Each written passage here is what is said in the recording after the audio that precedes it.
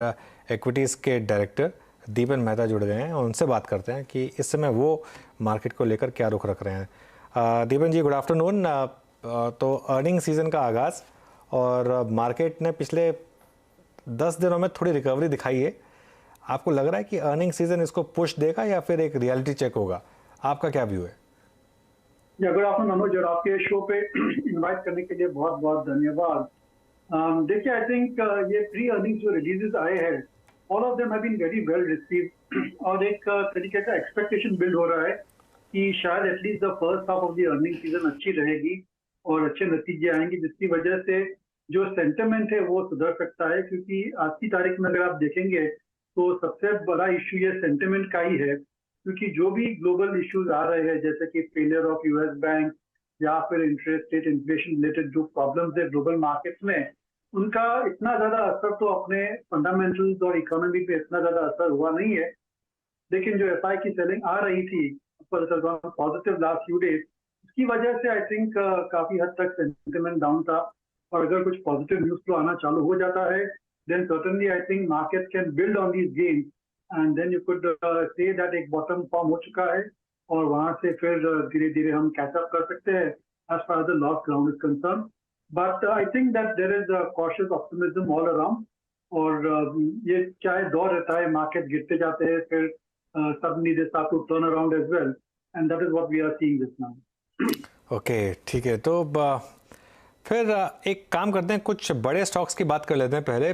एक स्टॉक जिस लगातार एक बुल रन में रहा है दीपन, वो है लार्सन एंड ट्यूब्रो। आज भी नया ऑल टाइम हाई लगाया है स्टॉक ने। यहाँ पर अब क्या व्यू होगा आपका? You can see I'm all smiles क्योंकि ये स्टॉक है, we have been recommending to our clients and as a disclosure we and our clients are invested in it. और आपने अर्निंग सीजन की बात की, तो I think the single most important earning look forward to which can really surprise you, वो है Larsen and Toubro. जिस हिसाब से उसकी ऑर्डर बुक बिल्डअप हो रही है, I think we can expect a bumper number as far as order booking is concern. और ये जनवरी फरवरी मार्च वैसे भी उनके जो ईपीसी बिजनेस है, that is seasonally a very strong quarter for them as well. और तो उसकी वजह से I think you will see expansion of margin, you may see a very good set of numbers coming through from Larsen and Toubro।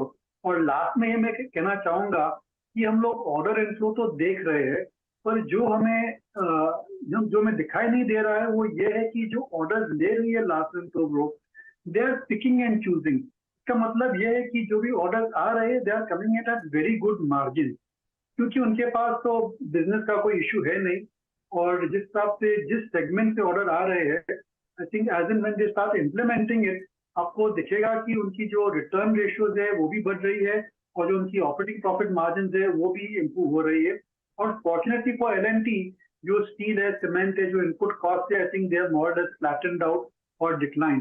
तो ये इसमें क्या होगा कि अर्निंग टॉप लाइन भी बहुत अच्छी बढ़िया तरीके से बढ़ सकती है और operating profit margin also will improve significantly. तो you can expect very good set of numbers from Larsen and Toubro.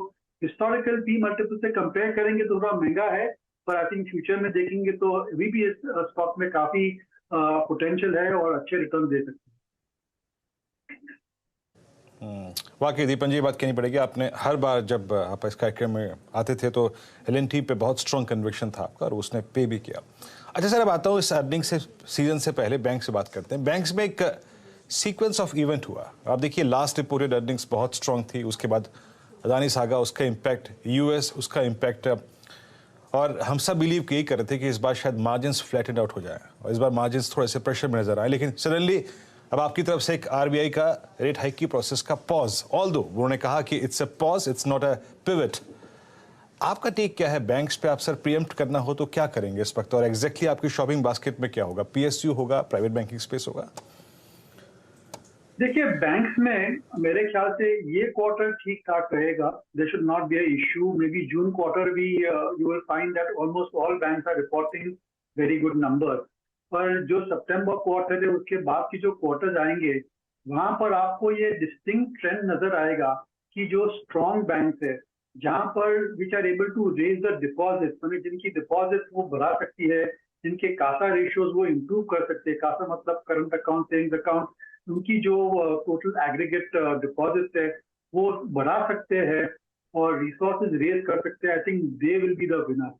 क्योंकि अभी इस जिस तरीके का माहौल है in terms of credit, there is no problem, credit की तो बहुत अच्छी डिमांड है, एनपीए साइकिल भी अभी काफी सबड्यूड है, जिसकी वजह से क्रेडिट कॉस्ट कंट्रोल में रहेंगे।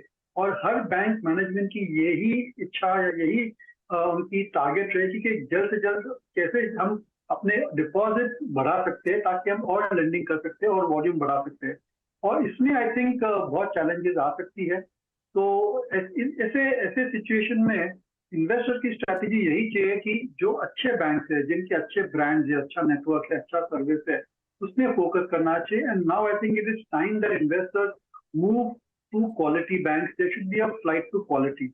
मैं पीएसयू बैंक्स को अवॉइड करना चाहूंगा। I would look at HDFC Bank as a top pick, again disclosure over here. Kotak Mahindra Bank जो भी काफी सालों से अंडरपरफॉर्म कर चुका है, I think that could be a surprise winner as well. और Axis ICICI Bank also good, but वहाँ पर थोड़ी ज्यादा ओवर ओनरशिप ज्यादा हो गई है। So that is where I would like to focus on just the 3 or 4 top quality tier 1 private sector banks। और mid cap में मैंने पहले आपको बताया कि IDFC First Bank, again a disclosure we are not clients and invested। आप ये भी कंसिडर कर सकते हैं क्योंकि ये एक ऐसी मिड कैप बैंक है जिसका पूरा का पूरा फोकस खाता पर ही है।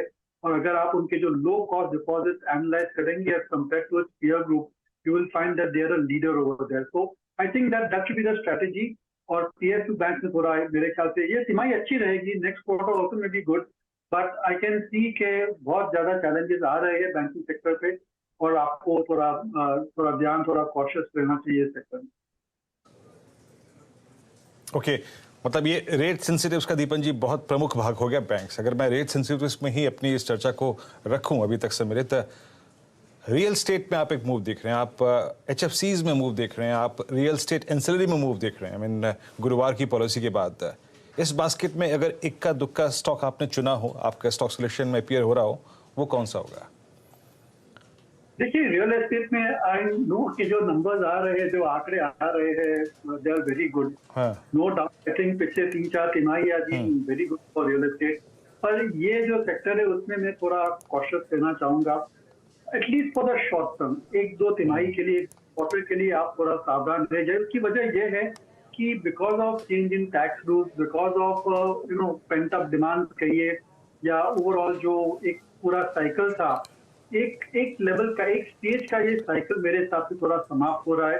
तो the real estate companies at least short term में थोड़े चैलेंजेस आ सकते हैं।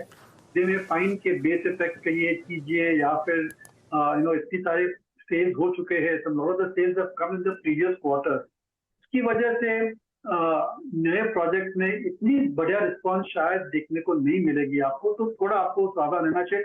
Of course real estate next 5-6 years बहुत ही बढ़िया सिनेरियो है, और मैं अपने रियल एस्टेट होल्डिंग को बेचना नहीं चाहूंगा। I would like to remain invested, पर फ्रेश इन्वेस्टमेंट के लिए मैं थोड़ा रुकना चाहूंगा। I would not like to go with the kind of reaction which we are seeing in the market. आज आप देखेंगे तो सभी रियल एस्टेट स्टॉक्स बढ़ रहे हैं।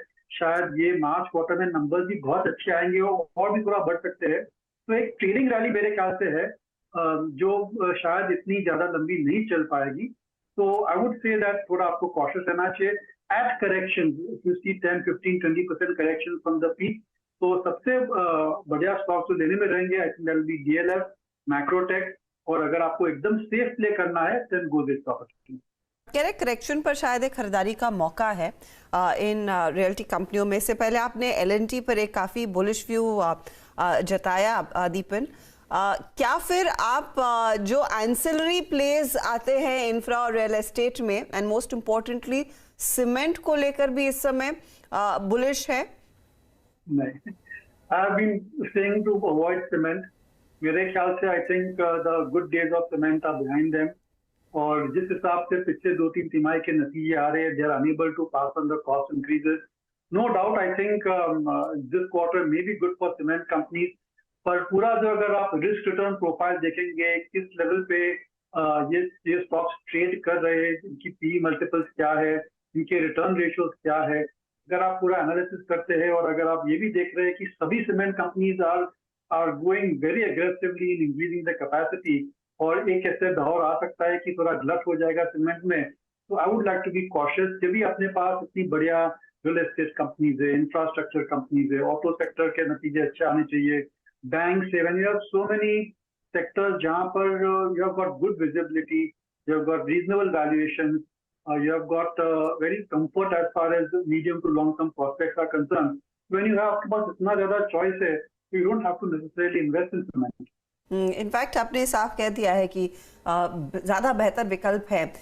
टेक्नोलॉजी में भी आपको लग रहा है अगर निवेश करना है तो दूर रहे at this point in time, या फिर मौका मिलेगा इधर?